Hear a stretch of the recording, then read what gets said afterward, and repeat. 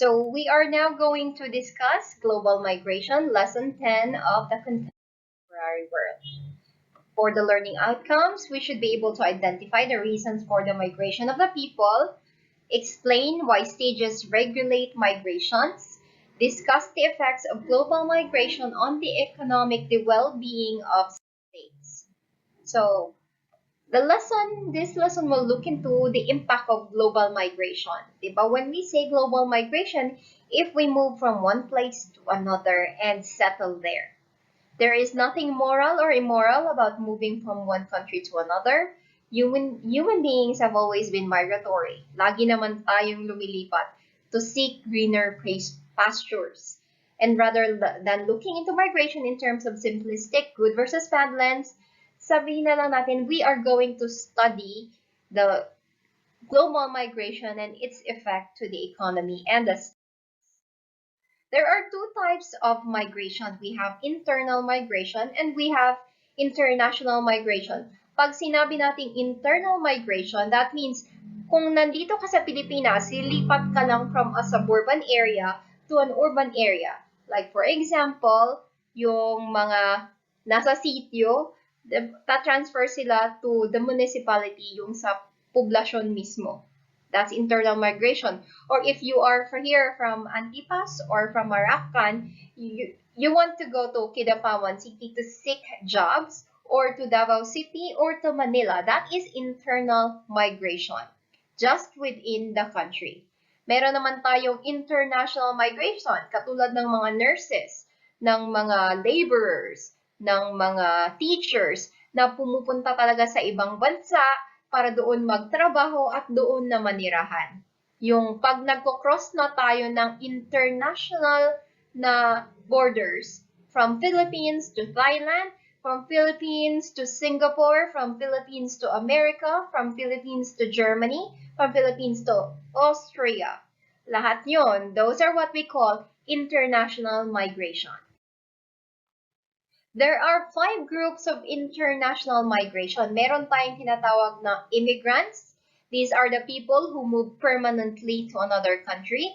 We have workers. Mga workers ito na nagsistay lang for a period of 6 months to a year. Or there are what we call illegal immigrants. Yung illegally pumapasok sa isang country to settle there. There are what we call migrant family, na pinipetisyonan ng mga nandoon na, nagtatrabaho na or nakatira na, let's say in the US, in Japan, in Australia, and other countries, na gusto nila makasama ang mga mahal nila sa buhay. So therefore, they petition. Yun ang tawag natin sa 4th group. And we have the refugees.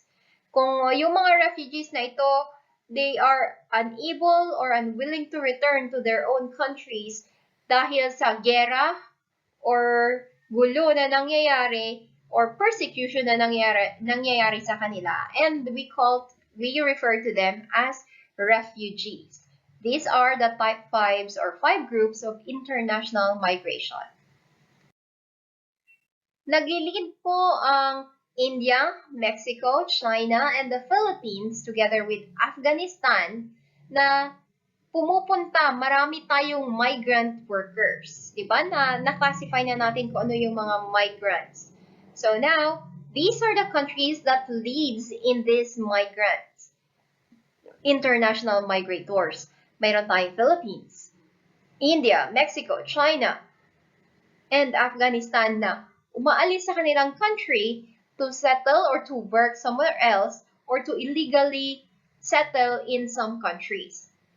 According to Mackenzie Global Institute, the first generation of immigrants constitute 13% of the population in Western countries. So, ibig sabihin, in Western countries such as Britain, America, and yung mga Western, mga Denmark, the developed countries, 13% ng kanilang populasyon comes from migrants or immigrants.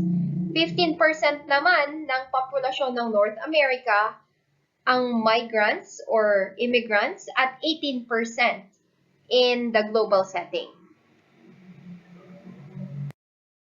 According to statistics, Marami naman pong immigrants or migrants that remain in the city actually contribute to production. 92% ng mga immigrants sa United States actually helps with productivity. 95% naman sa United Kingdom and 99% sa Australia.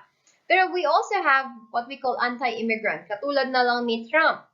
He attempted to ban the travel from other countries to United States to prevent immigrants from settling in the USA. Ayaw niya kasi talaga ng mga illegal immigrants. So he prevented some countries from traveling or crossing the borders to America. And International Monetary Fund predicted na yung mga refugees from Syria and Iraq, kasi di ba nagkaroon ng gera sa kanila, that the monetary fund for them would actually grow the GDP